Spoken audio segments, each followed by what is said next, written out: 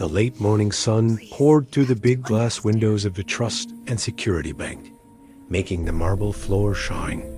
The place was quiet, They're heading to the kind east of exit. quiet where you could hear the soft tapping on computer keyboards and the distant hum of the printer. It was a Tuesday, and business was slow. Robert, the branch manager, adjusted his tie as he walked from his office towards the main counter. He'd been doing this job for 15 years, and he could usually sense the rhythm of a We've got normal a day. situation. The Then suspect he was saw last her. seen heading towards the A east woman wing. stood patiently at the service desk, waiting for the teller to finish with an older gentleman. She stood with a calm stillness that made her seem separate from the room. She was dressed neatly in a simple, well-fitting blazer and slacks. Not flashy, but professional. A large leather tote bag was hooked over her shoulder. Robert watched as the teller, a young woman named Chloe, greeted her with a polite smile. The customer smiled back, a brief, professional thing, and slid a check across the counter. She didn't say much. Robert couldn't hear the words, but he saw Chloe pick up the check, her eyes scanning it. Then he saw the slight change. A tiny pause. A second, longer look at the paper. Chloe's smile became a little fixed, a little tight. She said something, maybe, "One moment, please," and turned towards Robert, her eyes wide with a silent question. He moved smoothly, like this was just part of his routine. "Everything okay here?" he asked, his voice friendly. "This check," Chloe said quietly, handing it to him. "It's for $9,500. Robert took it. The check looked good at first glance. It was from a local business, one he knew. The logo was there, but the paper felt wrong. Just a hair too thin, a little too smooth under his thumb. He held it up slightly, angling it towards the light from the window. The watermark, a faint eagle emblem that should have been woven into the paper itself, looked like it was sitting on top of it. It was a good fake, a very good one, but Robert had seen a real one just last week. This was off. His heart beat a little faster. Fraud attempts happened, but they were usually sloppy, nervous affairs. This woman was the opposite of nervous. She was watching him, her expression unreadable. Not angry, not impatient, just observing. "Ma'am," Robert said, keeping his voice even. "This check is from Adams and Frey Architects, right?" "That's correct," the woman said. Her voice was calm, clear. "Do you work for them?" "It's a consulting reimbursement," she replied. Her answers were precise, giving no extra information. "I see," Robert said. He felt a trickle of sweat down his back. The rules were clear. Do not confront. Do not accuse. Secure the evidence and call the authorities. "I'm sorry, but I'll need to verify this with the issuing bank. It might take a few minutes. Would you mind having a seat in our waiting area?" He gestured towards a plush chair near a fake plant. For the first time, he saw a flicker of something in her eyes. Not fear, more like mild frustration, the kind you feel when a meeting runs late. She glanced at her watch, a sleek, modern thing with multiple dials. "How long do you think this will take?" she asked. "Not long," Robert lied, his professional smile plastered on his face. "Just a standard procedure." She gave a small, almost imperceptible nod and walked to the chair. She didn't slump into it. She sat upright, placing her bag neatly on the floor beside her. She pulled out a phone, her thumbs moving quickly over the screen.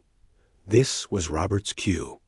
He walked back to his office, shutting the door halfway. His hands were not quite steady as he picked up the phone. He dialed the non-emergency number for the police. When the dispatcher answered, he kept his voice low. "Yes, hello. This is the manager at Trust and Security Bank on Grand Avenue. I have a customer here attempting to cash a fraudulent check. A female, well-dressed. Yes, she's still here. She's waiting." He gave the address and hung up. Next, he buzzed the head of security, an older retired man named Walter, who was mostly there for show. Walt, the woman in the gray blazer by the ficus. We've got a possible bad check. I've called the police. Just keep an eye, but don't approach. Let them handle it. Back out on the floor, everything looked normal. People deposited money. A couple discussed a mortgage application. And there she sat, the woman in the blazer. She had put her phone away and was now just looking out the big window at the street, her face perfectly calm. Robert watched her from behind his desk. Most people in her situation would fidget.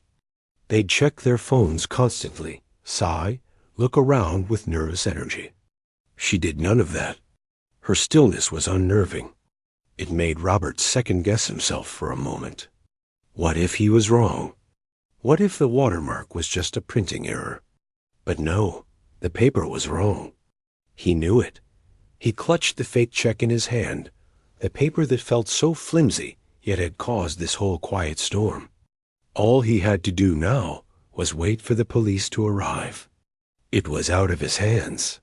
He watched her, and a strange thought crossed his mind. She wasn't waiting like someone who was caught.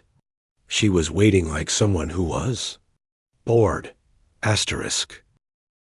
The police cruiser pulled into the bank's parking lot, the tires crunching softly over the gravel. Inside the car, the two officers were in very different moods. The older one, a man with tired lines around his eyes and a close-cropped beard going gray, felt the familiar weight of a routine call. His name was Carson. He'd been on the force for 18 years, and a financial fraud in progress usually meant a scared kid, a confused senior citizen, or a low-level hustler who'd give up without a fight. It was paperwork, mostly. His partner, Reynolds, was younger.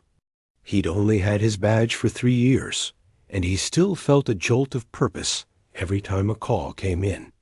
To him, this wasn't just paperwork. This was a chance to stop a criminal, to protect the community. He adjusted his utility belt, his jaw set. "Let's see what we've got," he said, already stepping out of the car. Carson followed, moving slower. He took in the quiet street, the nice bank, the normal Tuesday morning. He had a feeling this would be straightforward. They walked through the automatic doors into the cool, quiet air of the bank. The manager, a man in a suit looking relieved and a little tense, met them right away. He introduced himself quickly and led them a few steps to the side, away from the main teller area. "She's right over there," the manager whispered, nodding subtly towards the seating area. The woman in the gray blazer. She tried to cash this. He handed Carson the check. Carson held it, feeling the paper. He glanced at it, then over at the woman. She was sitting perfectly straight, looking out the window. She hadn't turned to look at them, even though the officer's arrival was obvious. That was interesting. Most people would look. Reynolds didn't wait. He strode over, his boots making a firm sound on the marble. Carson followed, holding the check. "Ma'am?" Reynolds said, his voice loud in the hushed space. A few customers glanced over, then quickly looked away. The woman turned her head. Her eyes moved from Reynolds to Carson, taking them both in. Her face showed no surprise, no worry. "Yes, officer? We need to speak with you about this check," Reynolds stated. It wasn't a request. "Of course," she said. She stood up smoothly, picking up her bag. She was taller than they both expected, and her calmness was like a wall. "Can I see some identification, please?" Carson asked. His voice was quieter, more measured than his partner's. She reached into her blazer's inner pocket and produced a driver's license, handing it to Carson. The name read Amina Johnson. The address was local, in a good neighborhood. The photo looked like her. Nothing seemed off. "Miss Johnson," Carson began, "the bank manager here has concerns about this check. Says it might not be valid. Can you tell us where you got it?" She met his gaze. "It's a consulting reimbursement. From the firm listed." Her answers were clean, short. She didn't offer a story. She didn't get defensive. Reynolds shifted his weight. Her calm was starting to irritate him. In his experience, innocent people got flustered. They explained too much. They got nervous. Her cool demeanor felt like a challenge. A reimbursement for what, exactly? He pressed. For services rendered, she said, her tone even. It's all documented. The check is valid. Carson handed the license back to Reynolds. Run it, he said quietly. Reynolds took it back to their cruiser outside to check for any warrants on the computer in the car. This left Carson alone with her for a moment. The bank was silent. The manager was pretending to work at a computer nearby. Carson tried a softer approach. You understand, we have to check these things. There's a lot of fraud. I do understand, Amina Johnson said. But she didn't smile. She didn't try to be friendly. She just stated it as a fact. Reynolds came back in, shaking his head slightly at Carson. No wants, no warrants, he reported, but his tone suggested that didn't change anything for him. He handed the license back to her. Thank you, she said, putting it away. Am I free to go? Not quite, Reynolds said. We still have this check problem. You need to come down to the station with us so we can sort this out.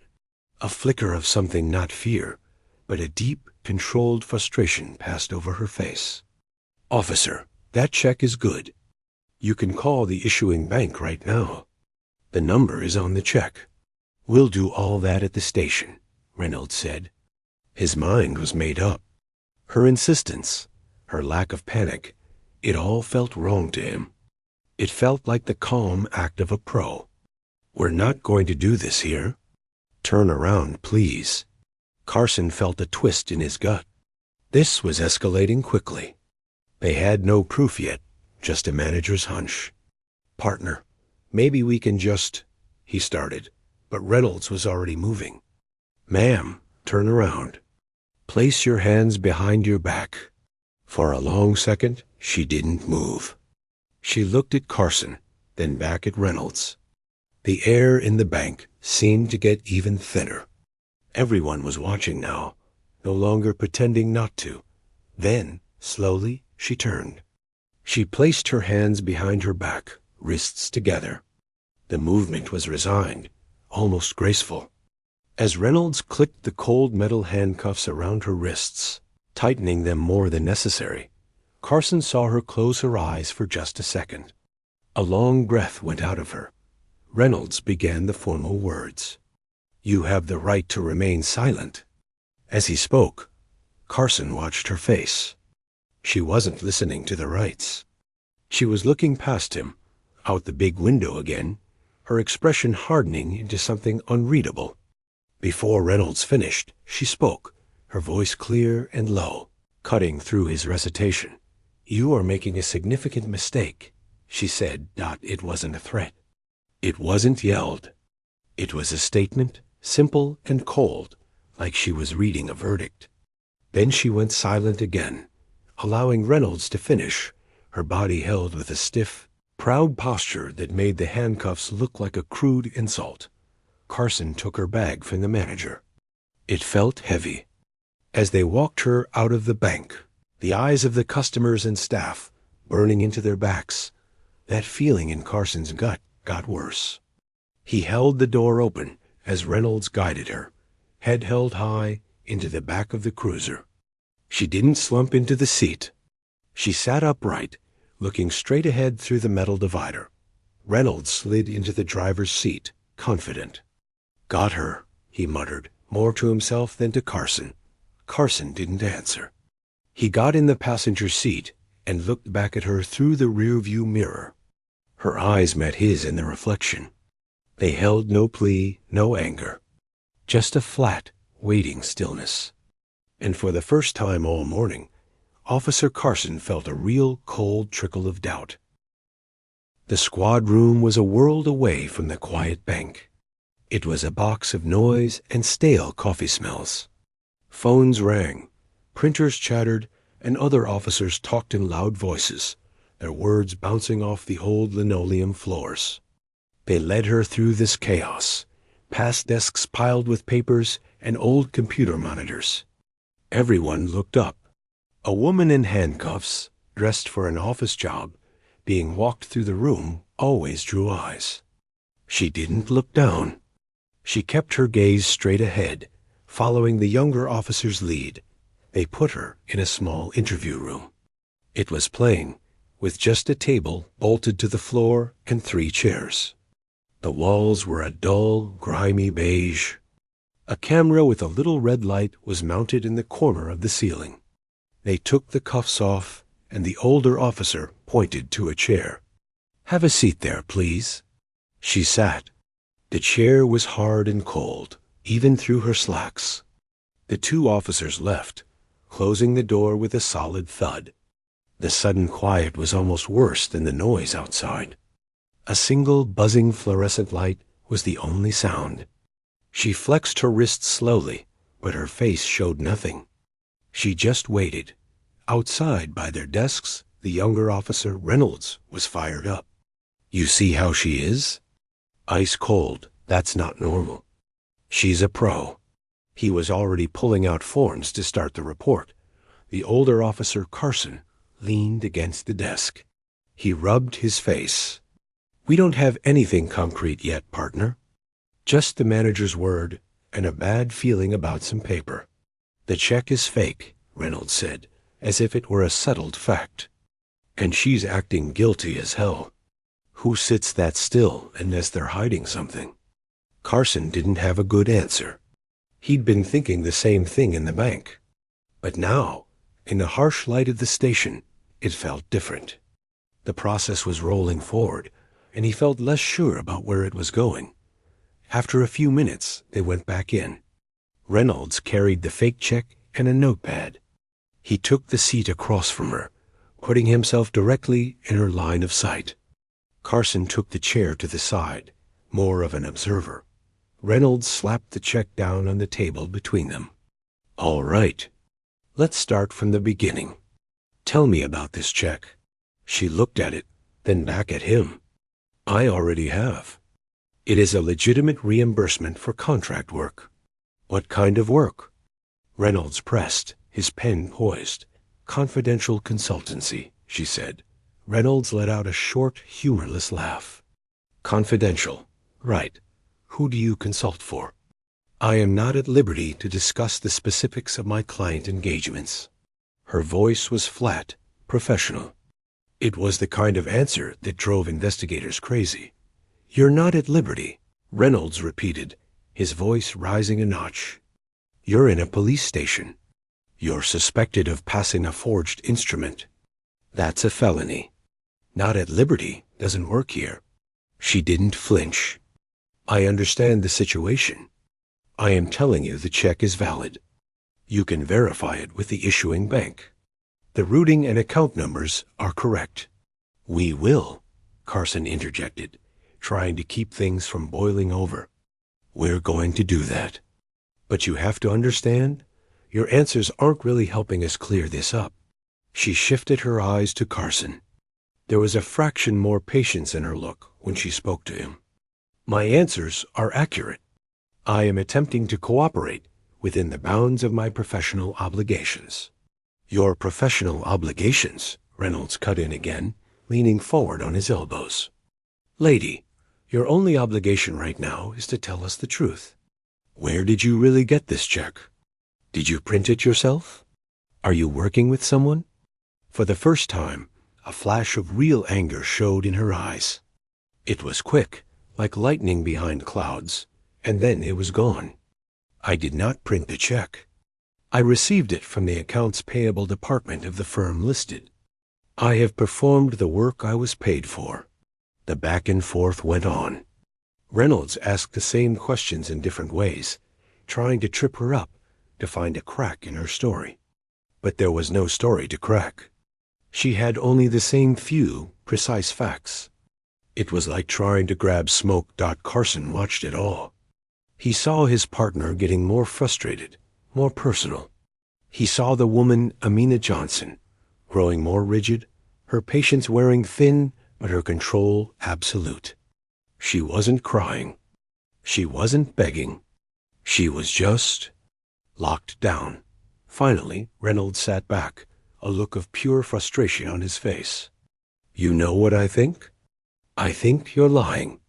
I think you walked into that bank thinking you were smart enough to pull a fast one, and you got caught.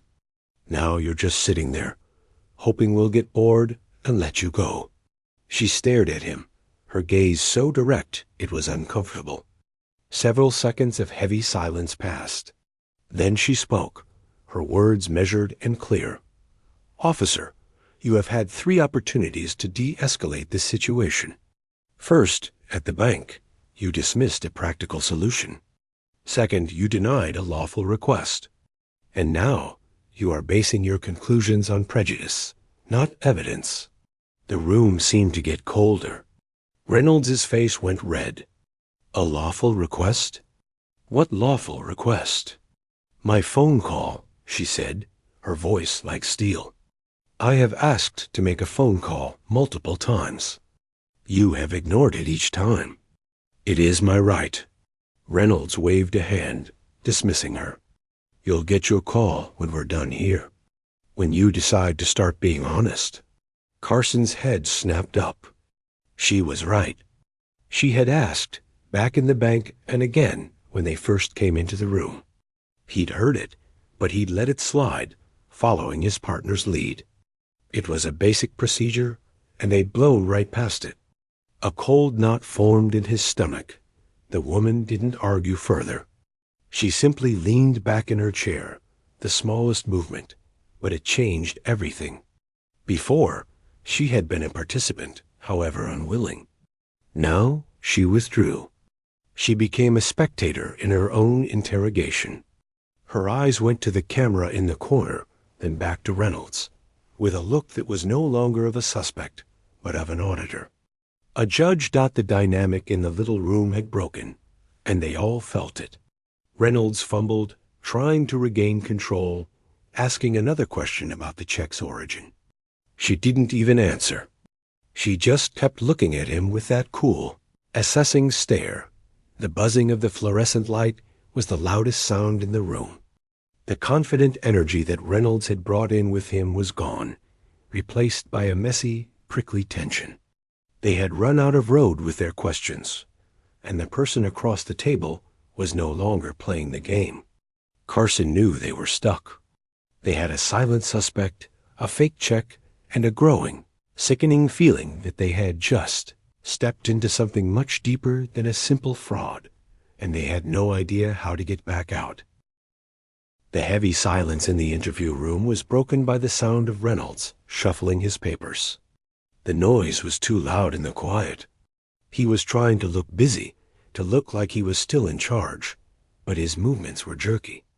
The woman across the table, Amina Johnson, had not spoken for several minutes. She just watched him. Her calm felt like a physical pressure in the small, stuffy room. Carson, sitting off to the side, cleared his throat. It sounded like a gunshot. Maybe we should go make that call to the bank now, he said quietly to his partner. It was an escape route, a way to step back and rethink this whole thing. Reynolds didn't want an escape route. He felt backed into a corner, and his anger was the only tool he had left. He ignored Carson and leaned across the table again, his voice dropping into a low, almost personal tone. You think you're real smart, don't you? He said, his eyes locked on hers. Sitting there all quiet, thinking your lawyer's going to get you out of this. Let me tell you something. I've been doing this long enough to know a guilty person. I can see it. And I see you? He tapped the fake check with his finger. This is going to stick. You're going to admit you tried to pass this fake check. You thought you could just walk in there and take that money. Just another person trying to get something for nothing. He paused, letting his words hang in the air. He was searching her face for any crack of flinch, a look away, a tear. He found none. Her expression was like stone dot, so he went further. It was a line he'd crossed before with other suspects. A line he told himself was just part of the job, part of breaking them down. "Just admit you thought you could get away with it," he said, his voice a mix of a sneer and a demand. "We see people like you all the time." The moment the words left his mouth, the air in the room changed. It wasn't just the insult. It was the tired, ugly assumption behind it.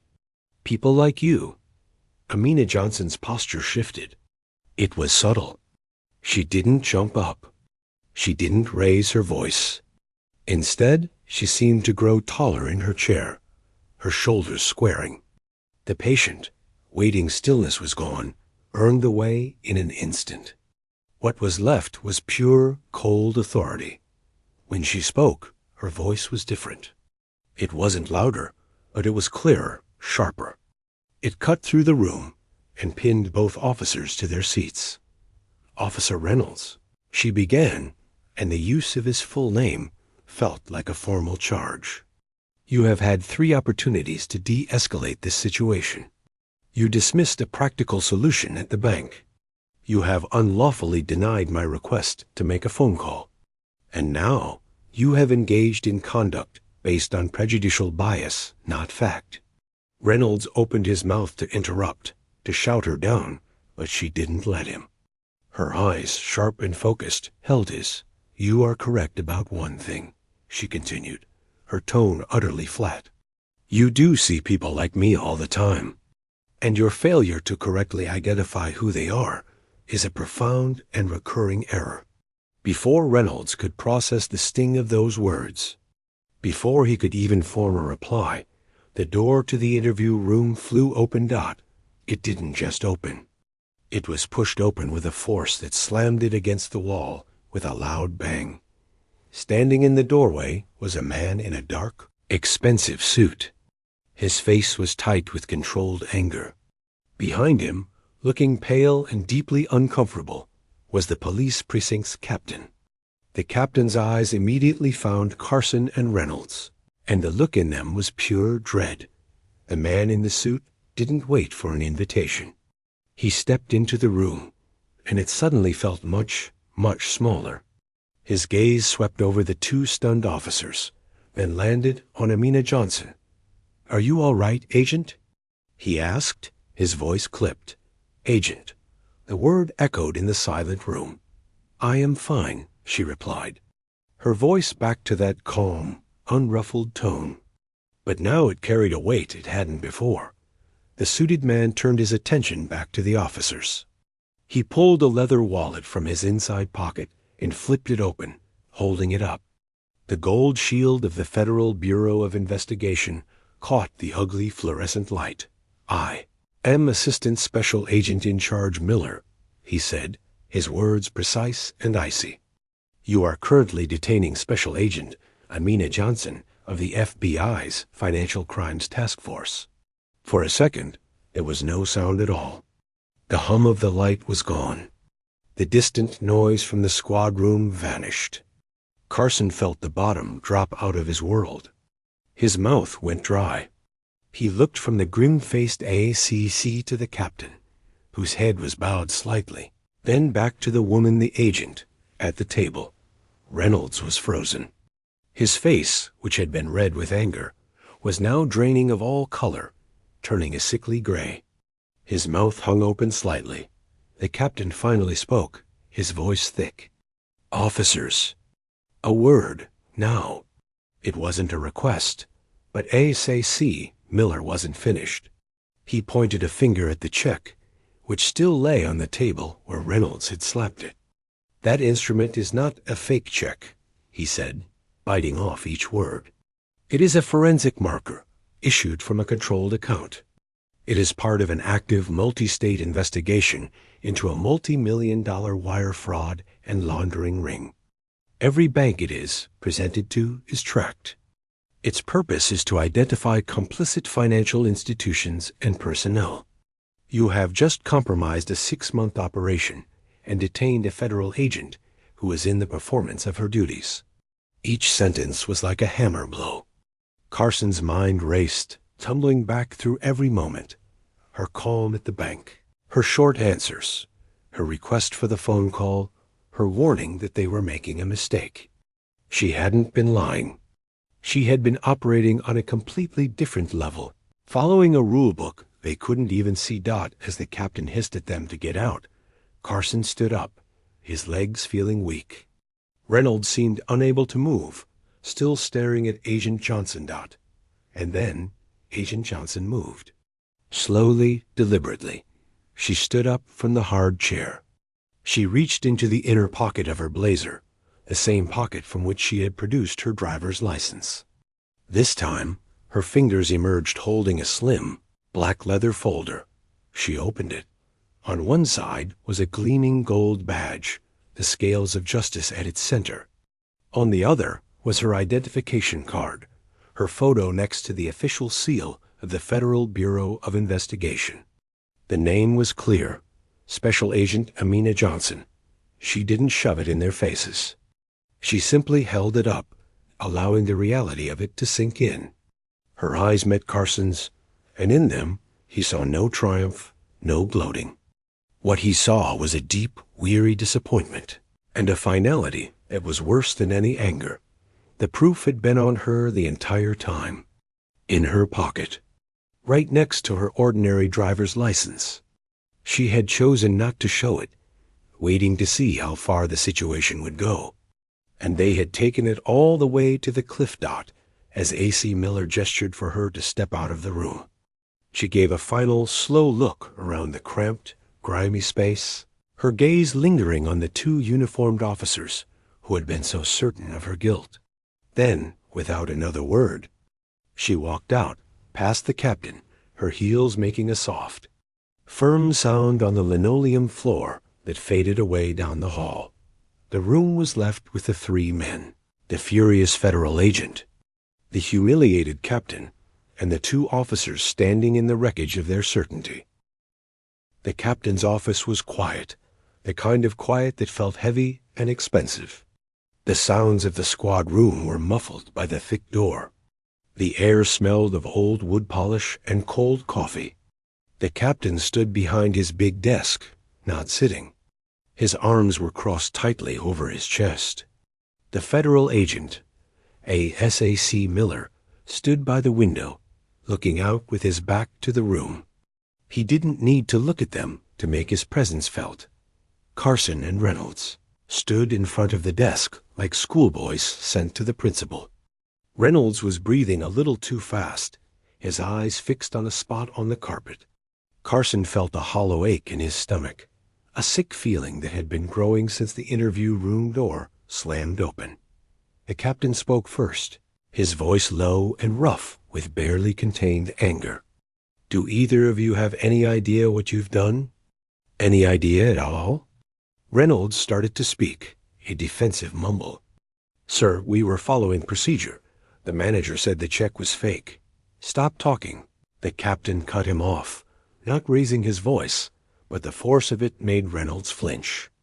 "You didn't verify. You escalated. You denied a basic right. You insulted a federal agent on an active operation." He turned his furious gaze to Carson. "And you were the senior officer. Where was your judgment?" Carson had no answer. He just shook his head slowly, the shame burning his ears. A.S.A.C. Miller turned from the window. He didn't look angry anymore. He looked cold, which was worse. "The operation is not necessarily compromised," he said, his words clinical. "But your conduct has created a significant liability and a security concern. Agent Johnson's cover in that particular role is concluded. That's time, resources, and a strategic position lost." He focused on Reynolds. "Your comment, officer, people like you, will be included in my formal report to your Internal Affairs Division. It speaks to a mindset that is incompatible with proper policing." The words internal affairs hung in the air. They were the two most dreaded words in any precinct. Reynolds looked like he might be sick. "You are both suspended. Effective immediately," the captain said, the sentence final.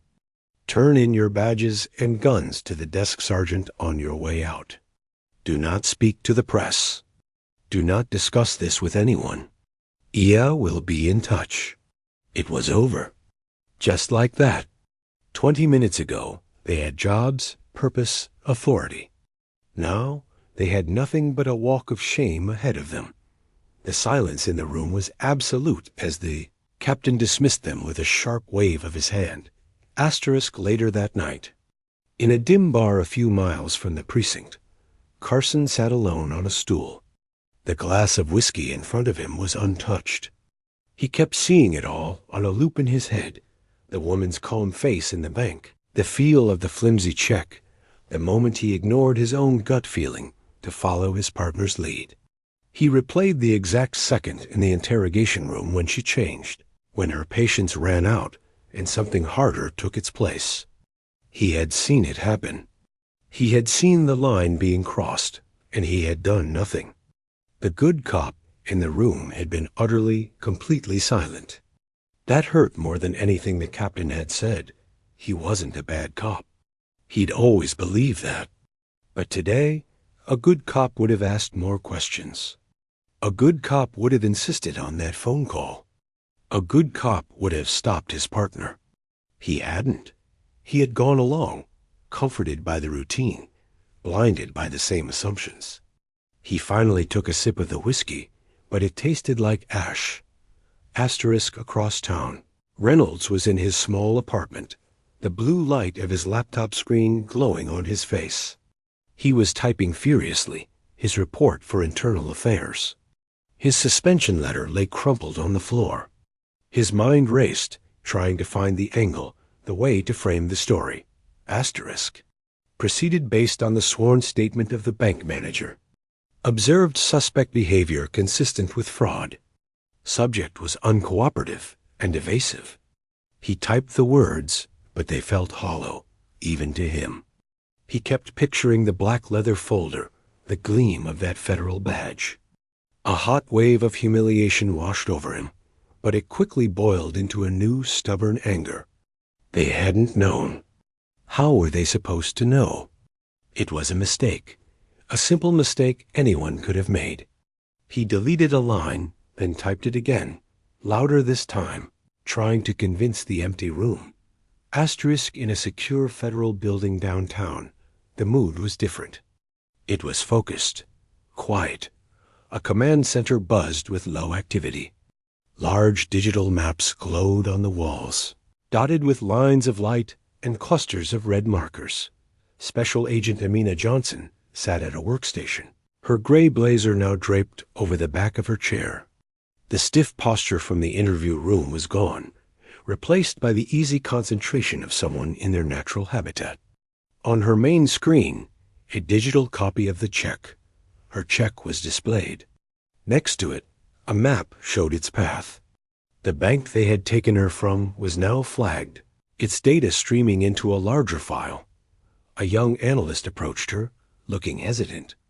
"Agent Johnson? I heard about what happened. Are you okay?" Amina looked up. The cold fury from the precinct was gone from her eyes. Now there was only a tired professionalism. "I'm fine," she said, offering the analyst a small, brief smile that didn't reach her eyes. "Just a field hiccup. The data is what matters." She turned back to her screen, her fingers flying across the keyboard, pulling up transaction records linked to the bank's routing number. The incident with the officers was already being filed away in her mind, not as a personal insult, but as an operational hindrance. A footnote in the case file.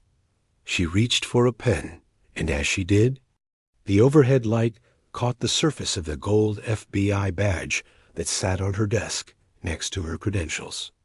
It was just a tool, like her computer.